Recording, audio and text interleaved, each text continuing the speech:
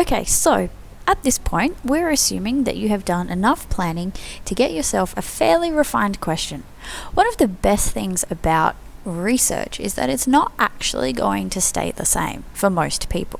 You might have a question in mind, but as you develop, you might find that it is starting to change. That is a completely natural research process. Please do not be afraid of it. It is a natural refinement and you are marked on that. So please be open to that change.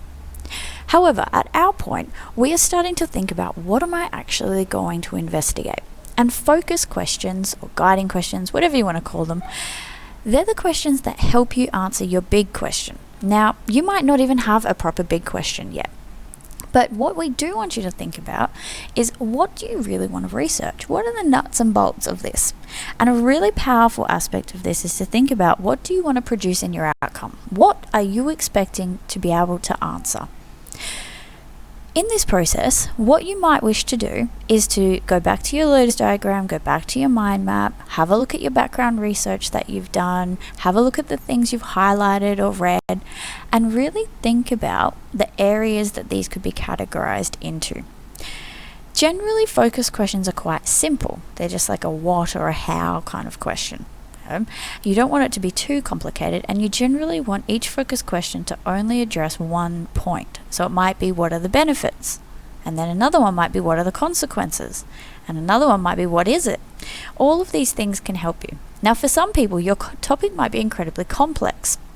So before you can even think focus questions, you might need to think of some background questions, things that you would assume your audience will know.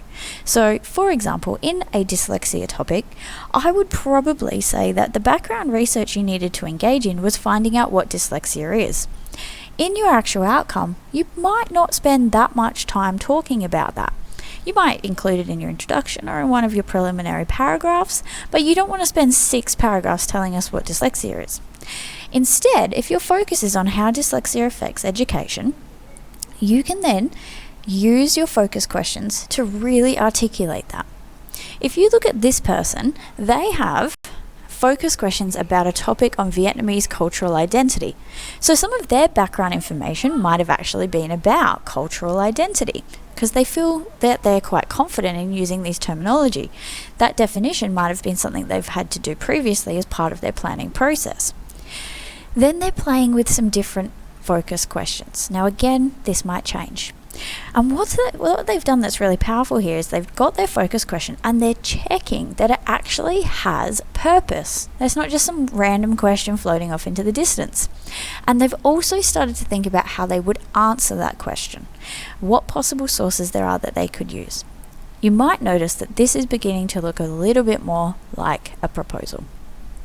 Use this process. It doesn't have to be in a table, it doesn't have to be formally written, anything like that. You could just make a few dot points, but use it if you are unsure if your focus questions are suitable. Your teacher is not going to be able to make that decision for you. You need to be able to make that decision. So chart out, what are your expectations of this question? What is the purpose of this question, and how would you answer it? You might have some other things you could make a comment about. Include them. This is your research project. Make sure that you do what works for you.